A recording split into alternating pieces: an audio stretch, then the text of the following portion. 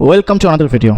तो ये जो क्वेश्चन है आरआरबी पीओ या फिर क्लर्क लेवल आप बता सकते हो क्योंकि इसका लेवल उतना भी हाई नहीं है। तो सबसे पहले वीडियो को पॉज कीजिए, 5 से 7 मिनट लगना चाहिए, खुद से एक बार ट्राई कर लीजिए। ओके, उसके बाद मैं बनाऊंगा, देखिए सेम टू सेम आता है कि नहीं। ओके, ज़्यादा टफ नहीं है क्वेश्चन। तो क्या लिखा है कि 14 chairs are placed. Okay, 14 chairs are placed in 2 parallel rows. Okay, मतलब 14 चेयर 2 पैरेलल रो में रखा गया है, ठीक है।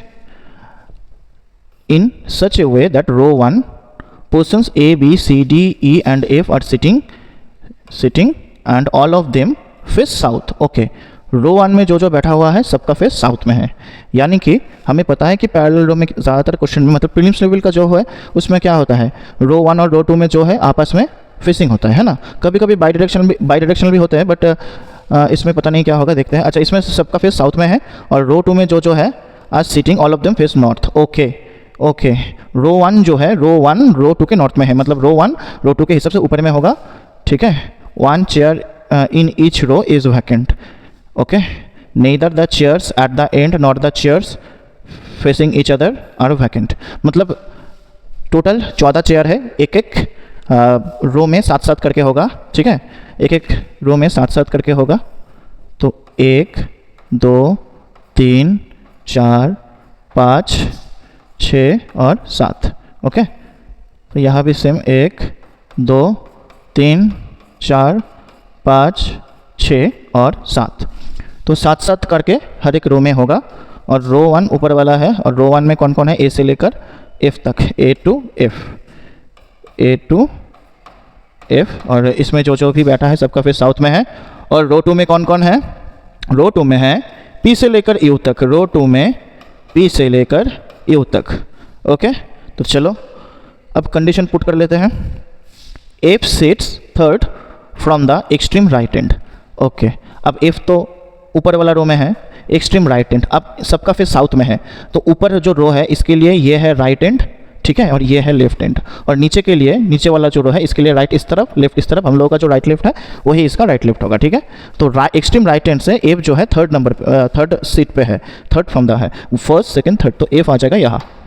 चलो, only 1 person sits between F and C, F और सी के बीच में 1%। अच्छा, ये तो वैकेंट वाला क्वेश्चन है, तो क्योंकि यहाँ पे बोला है कि 1 chair in each row is vacant, मतलब हर रो में एक एक सीट वैकेंट होगा, टोटल 2 वैकेंट है। और वैकेंट जो है ना तो वो एंड पे होगा, ठीक है, ना तो एंड पे होगा, और ना ही वैकेंट जो है फेस टू फेस होगा, ठीक है, एक दूसरे की तरफ फेस नहीं करेगा। चलो, तो F sits third from the extreme right end, only 1% sits between F and सी।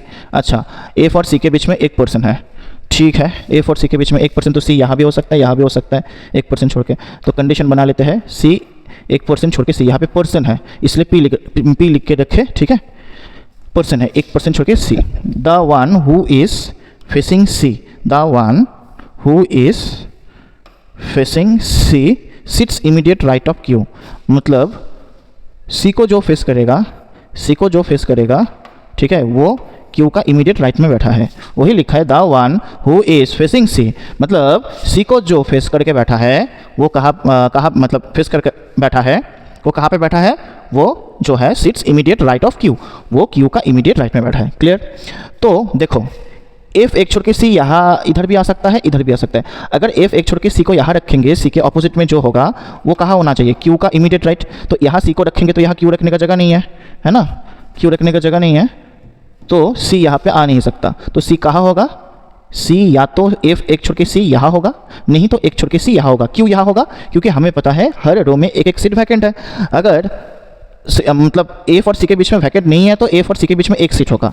अगर एफ और सी के बीच में वैकेंट होगा तो हम लोग ऐसे ही बता सकते हैं कि एफ और सी के बीच में एक सीट वैकेंट है और एक में कोई ना कोई बैठा है। तो ऐसे भी हम बोल सकते हैं, ये मान लीजिए एकदम वैकेंट है, खाली है, तो एफ और सी के बीच में 1% बैठा है। तो सिचुएशन ऐसा भी हो सकता है, ऐसा भी हो सकता है, ठीक है ना, वैकेंट वाले केस में। तो और एक पॉसिबिलिटी ले लेते हैं, ठीक है, एक और पॉसिबिलिटी ले लेते हैं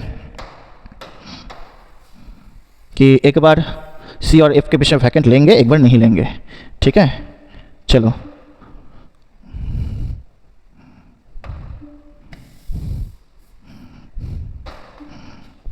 चलो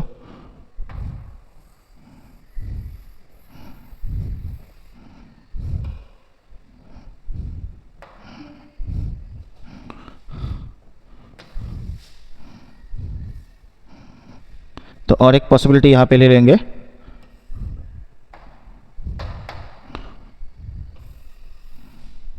one two three four five six seven,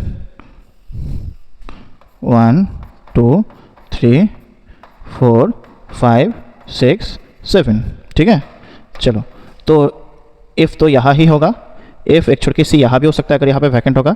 और क्या है, सी के ऑपोजिट में जो है वो कहाँ होगा, क्यू का इमीडिएट राइट में। सी का ऑपोजिट में जो है वो क्यू का इमीडिएट राइट में होगा। नेक्स्ट क्या है, only 3% seat between P and R, P और आर के बीच में 3% बैठा है, ठीक है। Either of them sits at the end, दोनों में से कोई एक एक्सट्रीम एंड पे होगा, ठीक है। Neither P nor R sits adjacent to Q. अच्छा, क्यू जो है, क्यू के साथ ना तो पी बैठेगा एडजेसेंट ना तो आर बैठेगा। चलो ठीक है, कंडीशन पहले उठा लेते हैं। Q who sits to the immediate right, sorry Q who sits to the right of P. अब क्यू जो है वो पी के राइट साइड में होगा। चलो इसको सेट करते हैं। अब क्या है, पी और आर के बीच में 3 जन होगा और पी और आर में कोई एक एंड पे होगा, ठीक है। तो पी को यहाँ रखेंगे तो 1 2 3 छोड़ के, ठीक है, आर को यहाँ रख सकते हैं। अगर मान लेते हैं कि ये तीनों सीट में से एक खाली है तो 3 जन होगा, 3 पी और आर के बीच में। मान लेते हैं ये वाला सीट खाली है तो ऐसे बता सकते हैं कि पी यहाँ, तो 1 जन 2 जन 3 जन छोड़ के आर यहाँ होगा। लेकिन यहाँ पे कंडीशन है कि क्यू और आर एक साथ नहीं होगा।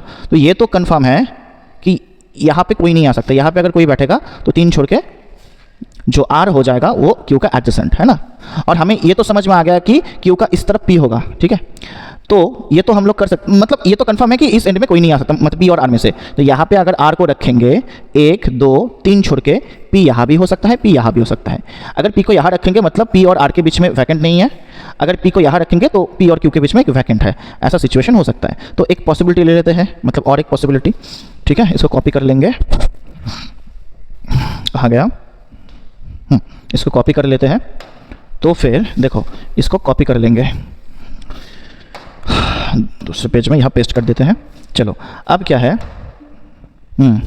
अब एक बार पी को मैं यहाँ रखता हूँ, एक बार पी को मैं यहाँ रखूँगा, एक बार पी को मैं यहाँ रखूँगा। मतलब पी और आर के बीच में 3 जन, यहाँ पे वैकेंट नहीं है और यहाँ पे वैकेंट है, ठीक है। चलो आगे बढ़ते हैं। नेक्स्ट क्या है, और पी के राइट साइड में क्यू राइट साइड में आ गया, ठीक है।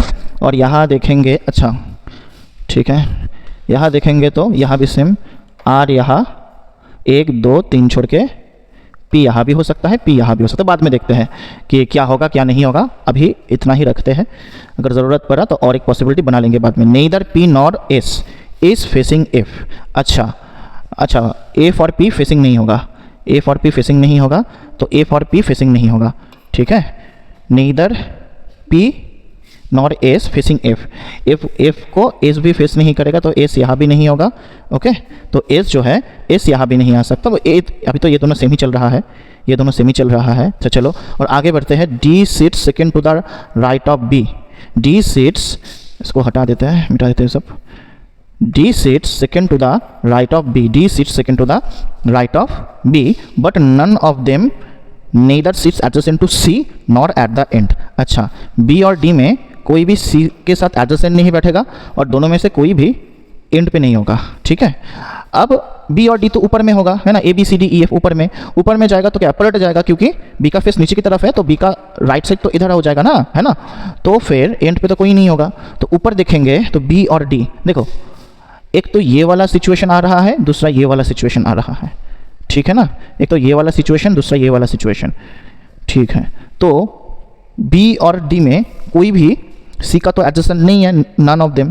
तो ना तो मैं बी को यहाँ ले सकता हूँ ना तो बी को यहाँ ले सकता हूँ, मतलब यहाँ पे बी और डी रखने का कोई जगह है ही नहीं, तो ये कैंसिल हो गया। तो बी एंड पे नहीं आएगा, बी यहाँ पे होगा नहीं, तो एक ही जगह दिख रहा है कि बी एक छोड़ के यहाँ पे डी आ गया, सेट हो गया। क्लियर, देखो A sits third to the left of you, A sits third to the left of you, मतलब ऐसे होगा A sits third to the left of you, ठीक है। तो फिर अच्छा एक चीज़ जो है, जब ऐसे फ्रेम में लाइन रहेगा कि third to the left, fourth to the left, six to the right, जब ऐसे फ्रेमिंग में रहेगा लाइन, उसका मतलब यहाँ पे हम लोग सीट गिनेंगे। मतलब जैसे ये वाला क्वेश्चन, ये वाला जो कंडीशन था बी, उसका सेकंड टू द राइट में डी है, मतलब दोनों के बीच एक ही सीट होगा। अब ये वाला सीट वैकेंट हो भी सकता है, नहीं भी हो सकता है। जब पर्सन बोलेगा कि दोनों के बीच में एक पर्सन है और सेकंड टू द राइट में डी है, ठीक है, दोनों सेम नहीं है। जब बोलेगा कि बी और, अगर ये कंडीशन ऐसा होता कि डी जो है बी के राइट में है और दोनों के बीच में एक पर्सन है, तब सिचुएशन ऐसा हो सकता था कि बी एक सीट छोड़ के डी होगा, यहाँ पे कोई बैठा है। या फिर ऐसा भी हो सकता था कि बी और डी के बीच में 2 सीट है, उनमें से एक वैकेंट है और एक में कोई बैठा है, फिर भी हम बोल सकते हैं कि बी और डी के बीच में एक पर्सन है और डी बी के राइट साइड में है। लेकिन यहाँ पे क्या है, यहाँ पे है D seats second to the right of B, इसका मतलब डी और बी के बीच में एक ही सीट है। अब ये सीट वैकेंट हो भी सकता है, नहीं भी हो सकता, तो ये चीज़ ध्यान में रखना है, ठीक है। जैसे यहाँ पे है कि A sits third to the left of you, इसका मतलब बीच में 2 सीट ही होगा। तो देखो, अगर एस को यहाँ रखेंगे तो 1 2 छोड़ के यू रखने का जगह नहीं है, एफ के ऑपोजिट में तो एस होगा नहीं, कंडीशन था, तो एस के लिए एक ही जगह बचा है, एस 1 2 छोड़ के यू यहाँ आ जाएगा, ठीक है, यहाँ पे यू आ जाएगा। Only 2% seat between P and T, ठीक है, पी और टी के बीच में 2%। पी अगर यहाँ पे ऐसे सोचेंगे कि कोई यहाँ पे बैठा है तो पी 1 2 छोड़ के यहाँ पे टी रखने का जगह नहीं है। लेकिन अगर सोचेंगे कि ये वाला सीट एकदम खाली है तो पी 1 जन 2 जन छोड़ के यहाँ पे टी आ जाएगा, ठीक है। E sits adjacent to the one who is facing T, अच्छा ठीक है। अब जो है हु इज फेसिंग टी, अब देखो, अब ऊपर में अब वैकेंट रखना होगा। अब हमें पता है वैकेंट जो है, हाँ देखो यहाँ पे फर्स्ट कंडीशन ही क्या था, F sits third from the extreme right end only 1% seat between F and C, तो एफ एंड सी के बीच में एक पर्सन है ना, तो एक आ गया, तो ये इसको तो खाली ही रखना होगा। और एक ऐसे भी बोल सकते हैं, और एक कंडीशन जो था कि एंड पे जो है, मतलब ये वैकेंट जो है, वैकेंट फेस टू फेस भी नहीं होगा और क्या एंड पे भी नहीं होगा, तो वैकेंट यहाँ भी नहीं आ सकता, यहाँ भी नहीं आ सकता, तो ये वाला वैकेंट मतलब ये वाला सीट खाली होगा। तो लास्ट कंडीशन है ई कहाँ पे होगा, टी को जो फेस करेगा उसका एडजेसेंट बैठेगा ई, टी को जो फेस करेगा उसका एडजेसेंट बैठेगा ई, तो अरेंजमेंट हो गया। तो बचा कौन है, ए बचा है, ए को यहाँ रख दो, ये हो गया हमारा अरेंजमेंट। तो ज़्यादा टफ नहीं था और इस तरह का क्वेश्चन ज़्यादा से ज़्यादा 7 मिनट भी नहीं लगना चाहिए, उससे कम ही लगना चाहिए, और एक इजी लेवल वाला क्वेश्चन था। आई होप आप सबको समझ में आया होगा। तो इसी तरह का क्वेश्चन अगर रेगुलर प्रैक्टिस करना चाहते हो आप, मतलब इससे टफ भी लाएंगे तो इजी लेवल वाला था, क्योंकि अभी आरआरबी का एग्जाम चल रहा है, सामने आरआरबी क्लर्क है, तो आरआरबी पीओ या फिर क्लर्क में इसी लेवल का क्वेश्चंस आपको मिलेगा, डुएबल क्वेश्चन है, तो इसीलिए इस तरह का एक सेट में आज लाया। तो प्रैक्टिस करते रहिएगा और अच्छे से एग्जाम दीजिए, और वीडियो अच्छा लगा तो लाइक कीजिए, सब्सक्राइब कीजिए चैनल को, और कमेंट में बताइए कि और क्या पढ़ना चाहते हो, किस तरह का और किस लेवल का क्वेश्चन हम लाए। तो चलिए आज यहाँ रखते हैं, थैंक यू।